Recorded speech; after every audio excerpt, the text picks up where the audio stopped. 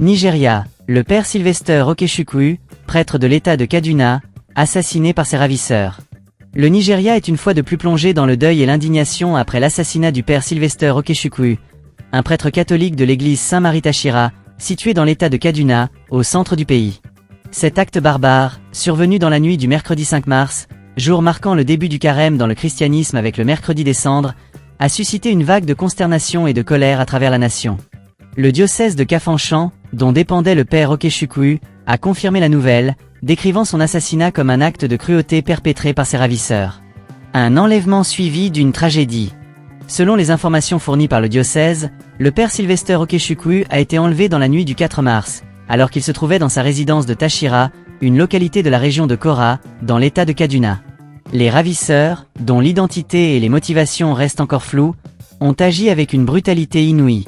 Aux premières heures du 5 mars, le prêtre a été retrouvé mort, victime de ce que les autorités religieuses ont qualifié de meurtre cruel. Le père Okechukwu était une figure respectée et aimée dans sa communauté. Son assassinat a non seulement plongé ses paroissiens dans le chagrin, mais a également ravivé les craintes concernant la sécurité des membres du clergé au Nigeria. Les enlèvements de prêtres et de religieux sont devenus un phénomène récurrent dans le pays, que ce soit dans les régions du nord à majorité musulmane ou dans le sud, où les chrétiens sont majoritaires. Une tendance inquiétante.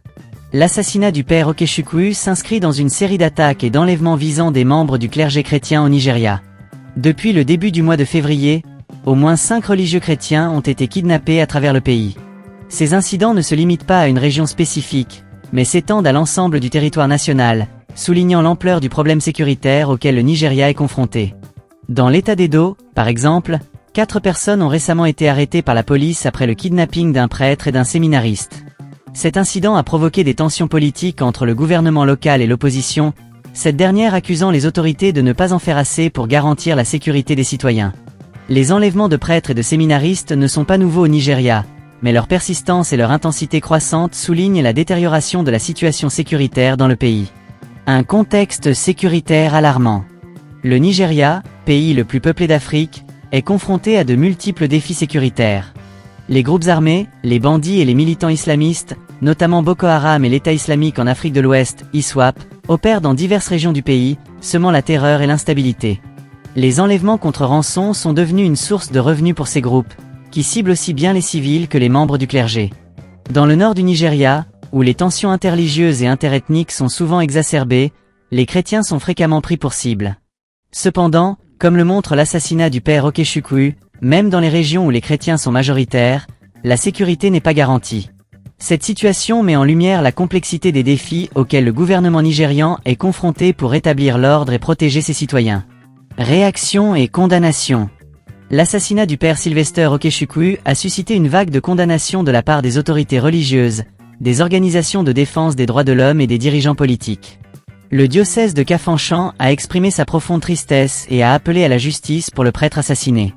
Dans un communiqué, le diocèse a dénoncé l'inhumanité des ravisseurs et a demandé aux autorités de tout mettre en œuvre pour traduire les coupables en justice. De nombreux fidèles ont également pris la parole pour exprimer leur colère et leur désarroi. Pour eux, l'assassinat du père Okechukwu est un rappel douloureux de la vulnérabilité des religieux dans un pays où la violence et l'insécurité sont endémiques. Les réseaux sociaux ont été inondés de messages de soutien à la famille du défunt et de condamnation de cet acte barbare. Une crise qui dépasse les frontières religieuses. Bien que l'assassinat du père Okechukwu ait touché en premier lieu la communauté chrétienne, il a également suscité des réactions au-delà des frontières religieuses.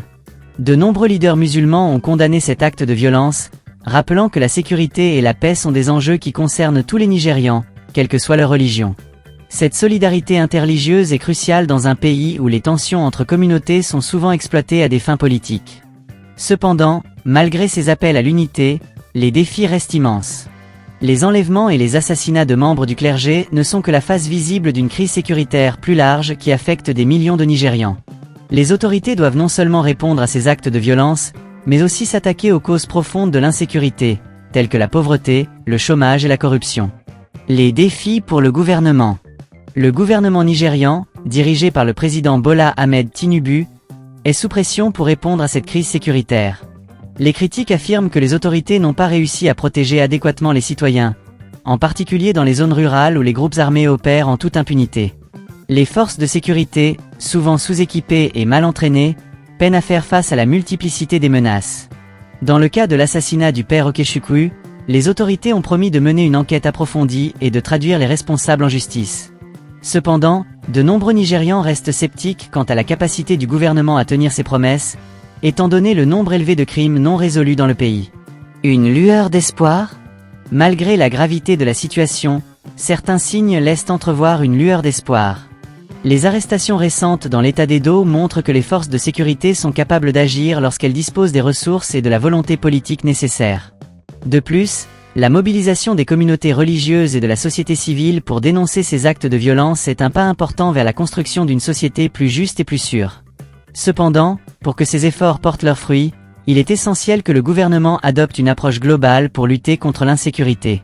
Cela inclut non seulement le renforcement des forces de sécurité, mais aussi des initiatives visant à promouvoir le développement économique, à réduire les inégalités et à favoriser le dialogue interreligieux et interethnique.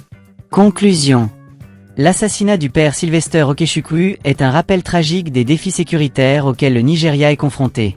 Alors que le pays pleure la perte d'un homme de foi dévoué, il est plus que jamais nécessaire de redoubler d'efforts pour mettre fin à la violence et à l'impunité.